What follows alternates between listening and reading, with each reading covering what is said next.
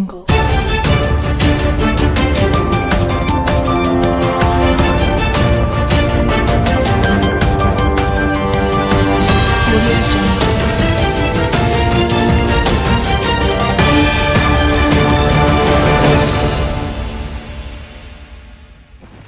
Mayambu Story Collection gi maikaidagi taramna ukchari.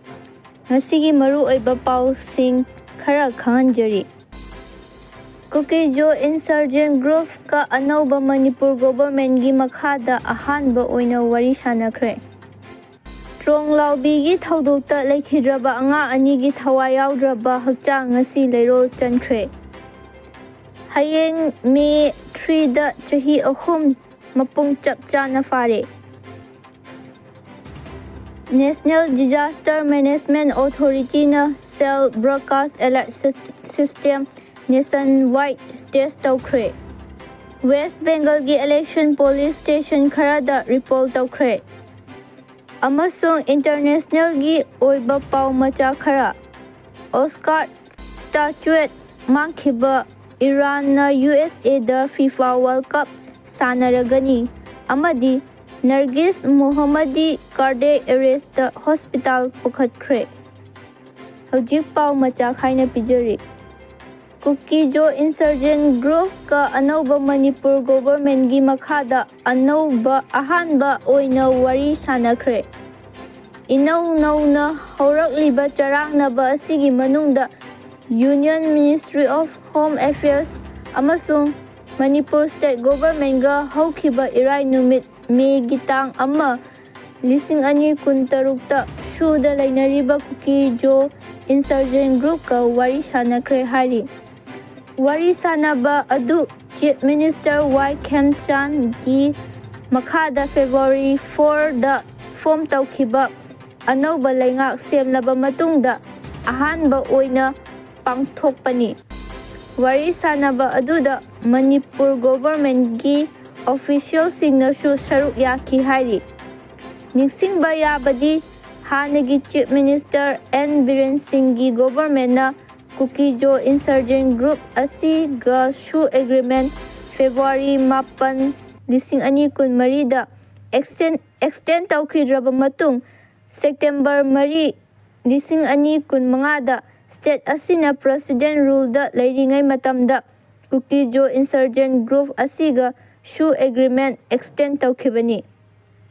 Matam asi May 3, 2018 gi irang asigi matungda Prime Minister Narendra Modi gi September 18 Manipur da ahanba visit tawkhiba adugi numit kharanigi mamangdani.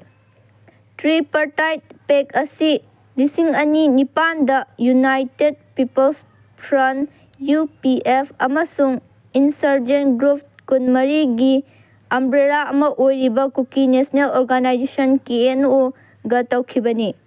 Ngarang pangthokkiba meeting aduda Ajit Lal Advisor Northeast Ministry of Home Affairs amasung Intelligence Bureau officials Manipur Home Secretary N. Ashok Kumar amasung Additional Director General of Police Ashutosh Kumar Singha su saruk yaki. KNO amadi UPF ki joint statement amana hai discussion aduda operational amasung security ga mari lainaba issue singda focus tawkhi. Haujik lairiba khunja singa unkhatnaba amasung security improve tawnaba su kem khara mafam relocate tawnaba haiba wafamda nakal animak nasu yanaki hari. Kem 13 gi manungda kem 8 relocate tawnaba government na wafam pukhalakhi. Kuki Group na kem 12 mafam relocate tawba haibada makhoi yare haiki. Makha taraduna Kuki Group na hauji ukrul district ki lairiba irang asida tangkhul arm group singdagi aki akhang nangna Kuki Praja hingli haina Ministry of Home Affairs ki pukni chingsingki hari. ꯇ꯭ꯔꯣꯡꯂꯥꯎꯕꯤꯒꯤ ꯊꯧꯗꯣꯛꯇ ꯂꯩꯈꯤꯗ꯭ꯔꯕ ꯑꯉꯥꯡ ꯑꯅꯤꯒꯤ ꯊꯋꯥꯏ ꯌꯥꯎꯗ꯭ꯔꯕ ꯍꯛꯆꯥꯡ ꯉꯁꯤ ꯂꯩꯔꯣꯟ ꯆꯟꯈ꯭ꯔꯦ꯫ ꯇ꯭ꯔꯣꯡꯂꯥꯎꯕꯤꯒꯤ ꯊꯧꯗꯣꯛꯇ ꯂꯩꯈꯤꯗ꯭ꯔꯕ ꯑꯉꯥꯡ ꯑꯅꯤꯒꯤ ꯊꯋꯥꯏ ꯌꯥꯎꯗ꯭ꯔꯕ ꯍꯛꯆꯥꯡ ꯉꯁꯤ ꯐꯧꯒꯥꯛꯆꯥꯎ ꯏꯈꯥꯏꯒꯤ ꯇꯣꯔꯕꯨꯡ ꯂꯝꯊꯥꯕꯨꯡ ꯒ꯭ꯔꯥꯎꯟꯗ ꯂꯩꯔꯣꯟ ꯆꯟꯈ꯭ꯔꯦ꯫ ꯅꯤꯡꯁꯤꯡꯕ ꯌꯥꯕꯗꯤ ꯃꯦ 3, 2018ꯗꯒꯤ ꯀꯨꯀꯤꯁꯤꯡꯅ ꯆꯠꯊꯔꯛꯈꯤꯕ ꯂꯥꯟ ꯆꯝꯖꯔꯕ ꯄ꯭ꯔꯖꯥꯁꯤꯡꯗ ꯑꯦꯇꯦꯛ ꯇꯧꯕ ꯑꯁꯤꯒꯤ ꯃꯅꯨꯡꯗ ꯍꯧꯈꯤꯕ ꯑꯦꯄ꯭ꯔꯤꯜꯒꯤ ꯇꯥꯡ 8, 2023ꯀꯤ ꯑꯌꯨꯛ ꯑꯉꯟꯕ ꯄꯨꯡ 1:05 ꯇꯥꯕꯗ ꯊꯣꯛꯈꯤꯕ ꯇ꯭ꯔꯣꯡꯂꯥꯎꯕꯤ ꯑꯋꯥꯡ ꯂꯩꯀꯥꯏꯗ ꯍꯤꯡꯆꯥ ꯌꯥꯏꯇꯝꯂꯕ ꯀꯨꯀꯤ ꯇꯦꯔꯣꯔꯤꯁꯁꯤꯡꯅ ꯕꯣꯝ ꯀꯥꯞꯁꯤꯟꯗꯨꯅ ꯌꯨꯝꯗ ꯄꯣꯠꯈꯥꯏꯍꯟꯈꯤꯕ, ꯑꯍꯤꯡ ꯌꯥꯔꯦꯞ ꯇꯥꯟꯗꯨꯅ ꯇꯨꯝꯗꯨꯅ ꯂꯩꯔꯤꯕ ꯃꯃꯥ-ꯃꯆꯥ ꯁꯦꯠꯅꯍꯟꯈꯤꯕ, ꯊꯥ 5ꯗ ꯉꯥꯏꯔꯤꯕꯤ ꯑꯉꯥꯡ ꯅꯨꯄꯤꯃꯆꯥ ꯑꯃꯁꯨꯡ ꯆꯍꯤ 5ꯇ ꯉꯥꯏꯔꯤꯕ ꯅꯨꯄꯥꯃꯆꯥ ꯄꯨꯟꯁꯤ ꯇꯦꯝꯁꯤꯟꯅꯈꯤꯕ, ꯃꯃꯥꯕꯨꯅ ꯊꯤꯅ ꯁꯣꯛꯇꯨꯅ ꯍꯣꯁꯄꯤꯇꯥꯜꯗ ꯂꯥꯏꯀꯠꯅꯗꯨꯅ ꯂꯩꯈꯤꯕꯅꯤ꯫ ꯊꯧꯗꯣꯛ ꯑꯁꯤꯕꯨ ꯄꯦꯟꯗꯗꯅ ꯈꯣꯜꯂꯥꯎ ꯂꯥꯎꯕꯗ ꯁꯦꯟꯇ꯭ꯔꯦꯜ ꯁꯦꯀ꯭ꯌꯨꯔꯤꯇꯤꯅ ꯅꯣꯡꯃꯩꯅ ꯀꯥꯞꯊꯣꯔꯛꯄꯗ ꯑꯊꯧꯕ ꯄ꯭ꯔꯖꯥ 3ꯁꯨ ꯂꯩꯈꯤꯗꯦ꯫ ꯃꯥꯏꯀꯩ ꯀꯌꯥꯗꯒꯤ ꯄꯦꯟꯗꯕꯒꯤ ꯈꯣꯡꯖꯪ ꯆꯪꯁꯤꯟꯅꯈꯤ꯫ ꯍꯧꯖꯤꯛꯁꯨ ꯑꯆꯨꯝꯕ ꯑꯁꯦꯡꯕ ꯂꯝꯂꯥ-ꯂꯝꯖꯤꯡ ꯄꯨꯊꯣꯔꯛꯅꯕ ꯑꯁꯤꯒꯨꯝꯂꯕ ꯇꯝꯊꯤꯔꯕ ꯃꯤꯍꯥꯠ-ꯃꯤꯅꯩ ꯃꯌꯥꯝꯁꯤꯗꯒꯤ ꯁꯦꯟꯇ꯭ꯔꯦꯜ ꯑꯃꯁꯨꯡ ꯃꯅꯤꯄꯨꯔ ꯂꯩꯉꯥꯛꯅ ꯊꯕꯛ ꯄꯥꯏꯈꯠꯄꯤꯔꯛꯅꯕ ꯆꯔꯥ ꯀꯌꯥ ꯍꯦꯟꯗꯨꯅ ꯈꯣꯡꯖꯪ ꯀꯌꯥ ꯆꯪꯁꯤꯟꯕ ꯂꯦꯞꯇ꯭ꯔꯤ꯫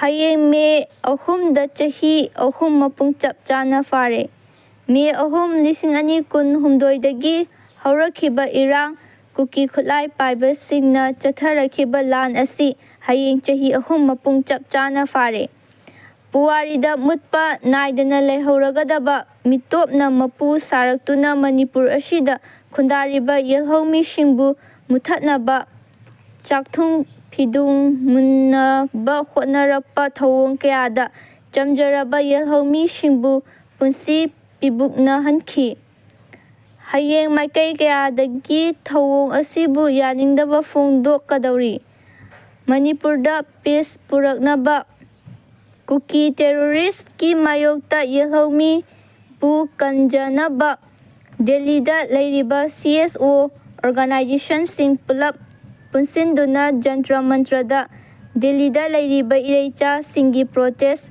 ꯐꯝꯒꯅꯤ ꯍꯥꯏꯔꯤ꯫ ꯃꯅꯤꯄꯨꯔꯗꯁꯨ ꯃꯅꯤꯄꯨꯔ ꯄꯤꯄꯜ ꯀꯟꯚꯦꯟꯁꯟ ꯁꯨꯃꯥꯡ ꯂꯤꯂꯥ ꯁꯛꯂꯦꯟ ꯏꯝꯐꯥꯜ ꯏꯁꯇ ꯀꯣꯀꯣꯃꯤꯅ ꯁꯤꯟꯗꯨꯅ ꯄꯥꯡꯊꯣꯛꯀꯅꯤ꯫ ꯄꯨꯂꯤꯁꯇ ꯅꯧꯅ ꯄꯤꯔꯤꯕ ꯄꯥꯋꯔ UAPA 1969 ꯃꯩꯇꯩ ꯈꯛꯀꯤ ꯑꯣꯏꯒꯅꯤ꯫ ꯑꯦꯟ. ꯇꯣꯝꯕꯤꯆꯅꯨ, ꯏꯝꯐꯥꯜ ꯂꯩꯉꯥꯛꯀꯤ ꯃꯤꯠꯇ ꯈꯨꯠꯂꯥꯏ ꯄꯥꯏꯗꯨꯅ ꯃꯤꯇꯩꯗ ꯂꯥꯟꯗꯥꯔꯛꯂꯤꯕ ꯀꯨꯀꯤꯁꯤꯡ ꯎꯗꯅꯕ ꯃꯔꯝ ꯑꯣꯏꯔꯒ ꯄꯨꯂꯤꯁꯇ ꯅꯧꯅ ꯄꯤꯔꯤꯕ power unlawful activities prevention act UAPA 1969 Meitei ꯈꯛꯀꯤ ꯑꯣꯏꯔꯒꯅꯤ ꯍꯥꯏꯅ Khundrakpam local council CPI executive member ꯑꯃꯗꯤ CPI ꯁ꯭ꯇꯦꯠ ꯀꯥꯎꯟꯁꯤꯂꯔ ꯑꯦꯟ. ꯇꯣꯝꯕꯤꯆꯅꯨꯅ ꯐꯣꯡꯗꯣꯛꯈ꯭ꯔꯦ꯫ ꯉꯁꯤ ꯃꯦ ꯇꯥꯡ 2, 2023 ꯅꯦꯁꯅꯦꯜ ꯗꯤꯖꯥꯁꯇꯔ ꯃꯦꯅꯦꯖꯃꯦꯟꯠ ꯑꯣꯊꯣꯔꯤꯇꯤꯅ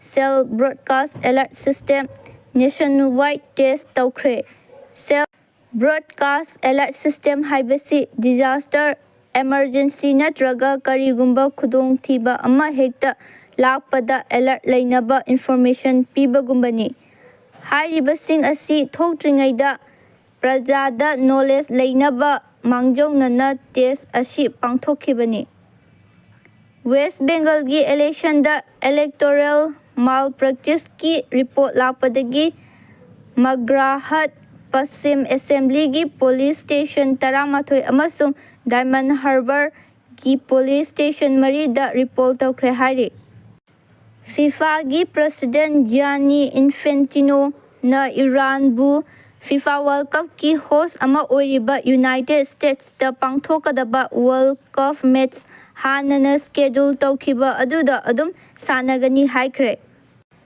ꯄ꯭ꯔꯤꯖꯟꯗ ꯂꯩꯔꯤꯉꯩꯗ 2018ꯗ ꯅꯣꯕꯦꯜ ꯄꯤꯁ ꯄ꯭ꯔꯥꯏꯖ ꯐꯪꯈꯤꯕꯤ ꯅꯔꯒꯤꯁ ꯃꯣꯍꯝꯃꯗꯤ ꯀꯥꯔꯗꯤꯑꯦꯛ ꯑꯦꯔꯦꯁ ꯇꯧꯔꯛꯄꯗꯒꯤ ꯏꯔꯥꯟꯒꯤ ꯍꯣꯁꯄꯤꯇꯥꯜꯗ ꯄꯨꯈꯠꯈ꯭ꯔꯦ꯫ Russian director Pavel ꯇꯥꯂꯥꯟꯀꯤꯟꯒꯤ mister ꯅꯣꯕꯣꯗꯤ against ꯄꯨꯇꯤꯟꯗ ꯐꯪꯈꯤꯕ ꯑꯣꯁꯀꯥꯔ ꯁ꯭ꯇꯥꯆꯨꯑꯦꯠ ꯐ꯭ꯂꯥꯏꯠ ꯃꯅꯨꯡꯗ ꯄꯨꯁꯟꯕ ꯌꯥꯗꯕꯗꯒꯤ ꯍꯣꯜ ꯂꯒꯦꯖꯇ ꯍꯥꯞꯄꯗ ꯌꯨꯑꯦꯁꯑꯦꯗꯒꯤ ꯖꯔꯃꯅꯤ ꯐꯥꯎꯕ ꯐ꯭ꯂꯥꯏꯠꯇ ꯃꯥꯡꯂꯨꯔꯕ ꯃꯇꯨꯡ ꯐꯪꯈ꯭ꯔꯦ ꯍꯥꯏꯔꯤ꯫ ꯍꯧꯖꯤꯛ ꯃꯇꯥꯡ ꯑꯁꯤꯗ ꯄꯥꯎ ꯂꯣꯏꯁꯤꯟꯖꯔꯦ꯫ ꯁ꯭ꯇꯣꯔꯤ ꯀꯂꯦꯛꯁꯟꯒꯤ ꯄꯥꯎ ꯇꯥꯕꯤꯔꯤꯕꯁꯤꯡꯕꯨ ꯑꯃꯨꯛꯀ ꯍꯟꯅ ꯈꯨꯔꯨꯝꯖꯔꯤ꯫